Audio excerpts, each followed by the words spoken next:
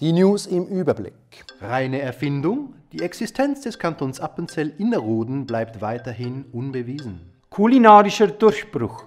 Lebensmittelingenieure erfinden eine Pasta, bei der die Kochzeit auf der Verpackung zum ersten Mal mit der Realität übereinstimmt. Große Ausnahme. Victor Giacobo tritt zum ersten Mal nicht in eine Sendung des Schweizer Fernsehens auf.